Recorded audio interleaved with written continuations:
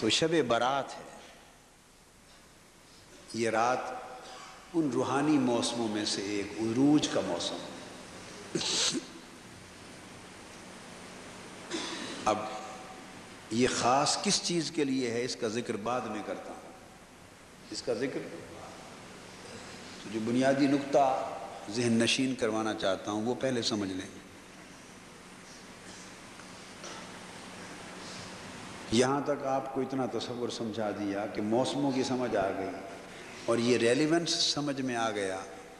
بعض لوگ یہ خیال کرتے ہیں جن کا عقیدہ روحانیت میں نہیں ہوتا، یا جن کو روحانیت میں سے کچھ حصہ نہیں ملا ہوتا، یا جنہوں نے روحانیت کا ذائقہ نہیں چکھا، تجربہ نہیں کیا، مشاہدہ نہیں کیا، جن پر کوئی چیز وارد نہیں ہوئی اور وہ صرف اس مادی عقل سے ہی سوچتے رہتے ہیں، وہ پھر ایسی چیزوں کا انکار کرتے ہیں کہ اس میں راتوں میں کیا فرق ہے اور اس میں کیا مل جاتا ہے۔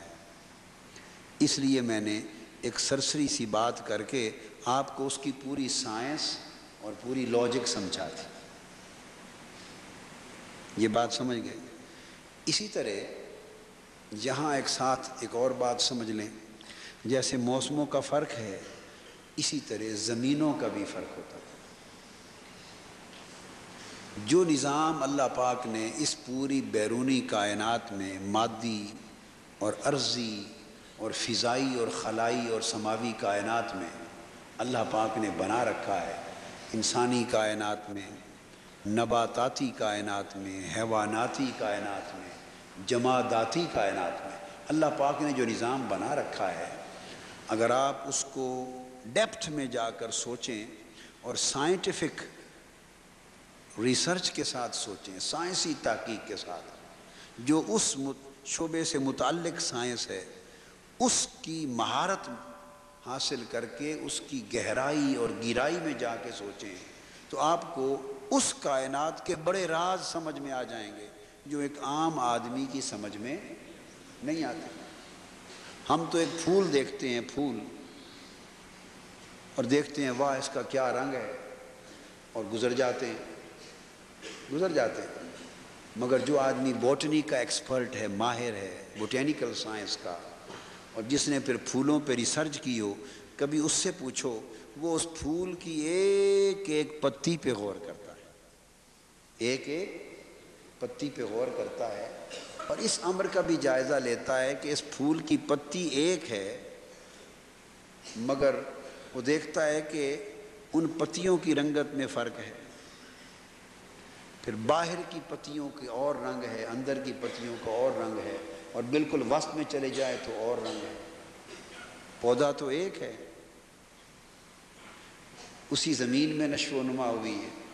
پھر وہ یہ بھی دیکھتا ہے کہ ایک ہی پتی کے شروع میں رنگ اور ہے، مثلا گہرا ہے، آگے تھوڑا ہلکا ہے، تو ایک ہی پتی کے اندر رنگوں کا فرق کیوں ہے؟ کوئی خرابی آ گئی ہے اس میں؟ یہ پھول کی خرابی ہے؟ نہیں۔ اور آپ پھر ہزار ہاں پھول دیکھ لیں، ہر ایک میں اصول آپ کو ایک جیسا نظر آتا ہے۔ تو جس کو بوٹنی کی نگاہ میسر ہے، جو اس بوٹنی کے ماہر کی نگاہ، وہ بوٹنی کا بوٹینیکل عارف ہے، وہ بوٹینیکل نباتاتی عارف ہے، تو جو نباتات کے عارف کی نگاہ جو کچھ اس پھول میں دیکھتی ہے وہ آپ کی اور میری نگاہ نہیں دیکھتی، تو دیکھنے میں فرق آ گیا نا۔ اسی طرح اب یہ ایک ایسا نظام ہے کہ اس میں آپ لاکھوں مثالیں دیتے چلے جائیں۔ ایک تتلی کو لے لیں، بٹر فلائی، اس کے ایک پر میں دیکھیں کتنی کتنی رنگتیں ہیں، کسی پینٹر نے بھر دی ہیں وہ رنگ؟ کسی نے بھر دی ہے؟ نہیں، پر ایک ہے، تتلی ایک ہے، اور اس ایک پر پہ کتنے رنگ اور کتنے نقطے اور کتنے چھوٹے چھوٹے اس کے نشان لگ گئے، پھر وہ اس کی ڈیپتھ میں جاتے۔ تو اس طرح یہ ان کے اوپر تحقیقات پرانے زمانے سے ہوتی تھی، آج بھی ہوتی ہیں۔ تو اس لیے جو آدمی جس چیز کا ماہر نہیں ہوتا وہ تو چونکہ نہیں جانتا تو وہ یا اس کو سرسری دیکھتا ہے یا انکار کر دیتا ہے، یا سرسری دیکھتا ہے یا انکار کر دیتا ہے۔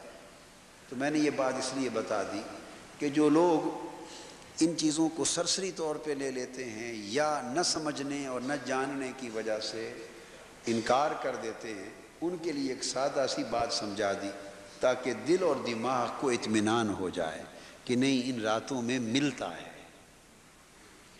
کیوں ملتا ہے، کیسے ملتا ہے؟ جیسے میں نے بتا دیا، مختلف موسموں میں ملتا ہے۔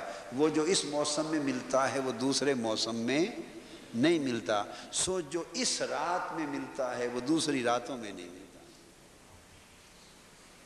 پھر زمینوں میں فرق ہے۔ آپ کچھ پھل ایسے ہیں جو اس زمین پر اگا سکتے ہیں، دوسری زمین پر نہیں اگتے۔ آب و ہوا سے فرق آ جاتا ہے، زمین کا فرق آ جاتا ہے۔ دنیا کے مختلف ملک ہیں، کچھ پھل یہاں ملتے ہیں، کچھ وہاں دوسرے ملک میں ملتے ہیں، کچھ ایسے ہیں کہ دنیا کے ایک خطے میں ملتے ہیں، باقی ساری دنیا میں نہیں ہوتے، اور پھر ساری دنیا میں وہیں سے ایکسپورٹ ہوتے ہیں، ساری دنیا میں نہیں ہوتے۔ تو یہ زمینوں کی خوبی۔ کچھ پھل پہاڑی علاقوں میں ہوتے ہیں، ہمارے ہاں نہیں ہوتے، میدانی علاقوں میں نہیں ہوتے۔ کچھ میدانی علاقوں کی چیزیں ہیں، پہاڑی علاقوں میں نہیں۔ کچھ ساحلوں پر ہوتے ہیں، سمندروں دریاؤں کے ساحلوں پر جہاں رطوبت زیادہ ہوتی ہے، خشک جگہوں پر نہیں ہوتی، مرطوب آب و ہوا میں ہوتے ہیں۔ تو زمینوں میں فرق ہے، موسموں میں فرق ہے، آب و ہوا میں فرق ہے، سو جدا جدا پھل، جدا جدا میوے، جدا جدا فصلیں اس کے مطابق ہوتی رہتی۔ تو جس طرح زمینیں الگ الگ چیز پیدا کرتی ہیں، تو کچھ زمینیں ایسی بھی ہوتی ہیں جن میں بنجر زمینیں ہوتی ہیں، آپ لاکھ کوشش کرتے رہیں اس میں اگتا ہی کچھ نہیں، ہاں بس جڑی بوٹیاں اگ جاتی ہیں، جنگلی بوٹیاں اگ جاتی ہیں۔ کچھ شوریدہ شور والی زمینیں ہوتی ہیں، وہاں کچھ بھی نہیں اگتا۔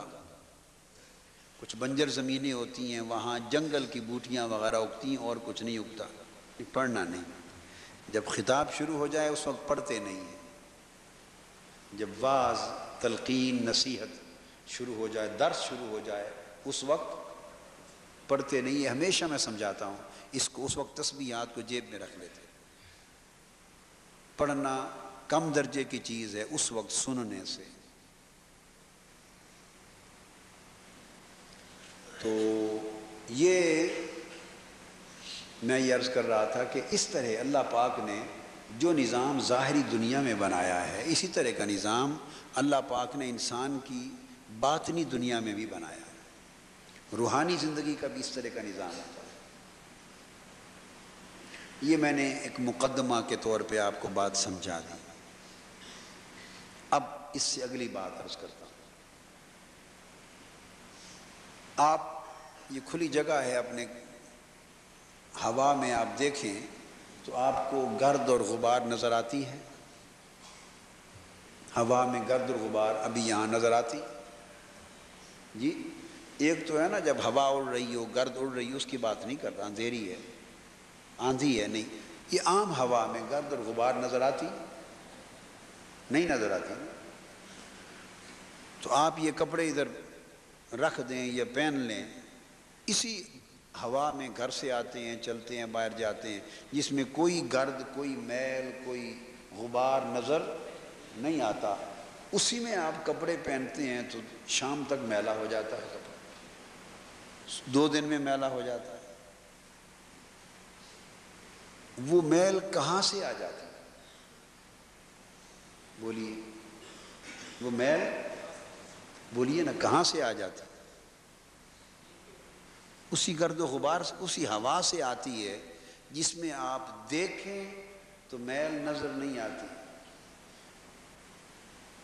مگر پتہ جب چلتا ہے جب وہ کپڑے کو میلا کر دیتی ہے،